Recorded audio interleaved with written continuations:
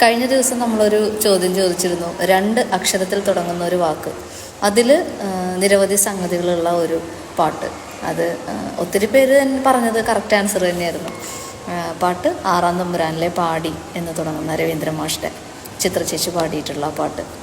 അതിൽ 8 ഡിഫറെൻറ്റ് ടൈപ്സിലാണ് പാടി എന്നുള്ള ആ ഒരു വാക്ക് പാടുന്നത്. അത് നമുക്കൊന്ന് നോക്കാം. 1 പാടി, 2 പാടി, 3 പാടി, 4 പാടി, 5